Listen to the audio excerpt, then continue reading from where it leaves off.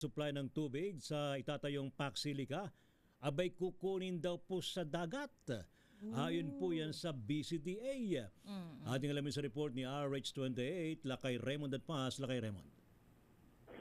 Way Mr. Ginawin ng pamunuan ng Basis Conversion Development Authority o BCDA ang pangamba na maapektuhan ang supply ng tubig sa Central Luzon kapag matuloy ng pagpasok ng Paksilica sa bansa.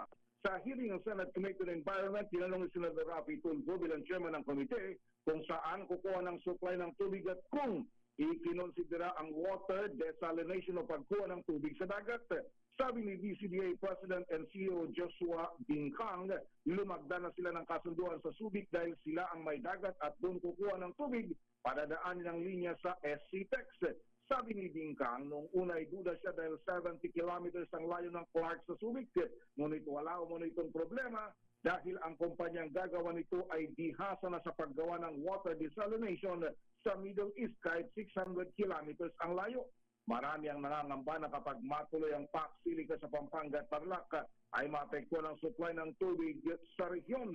Narito si BCDA Chairman and CEO Joshua Bingkang.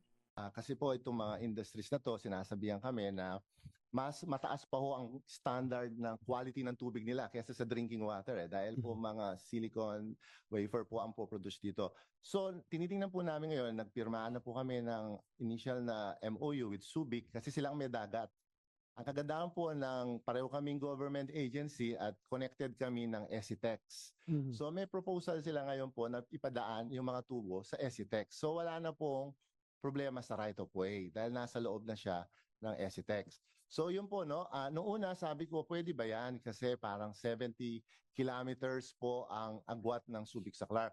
Pero ito pong tumitingin ngayon ay gumagawa ng desalination na 500, 600 kilometers. Ang layo, no? Sa Middle East po to, itong kumpanya na to, no po, na inaaral. So sabi nila, walang problema yan kasi sa bansa nila, 600 kilometers pa ang layo na pinapump nila ang clean water na treated water sa capital nila mula sa dagat. Ito si RH28, Raymond Advance para sa DCRH, una sa Pilipinas, una sa Pilipino.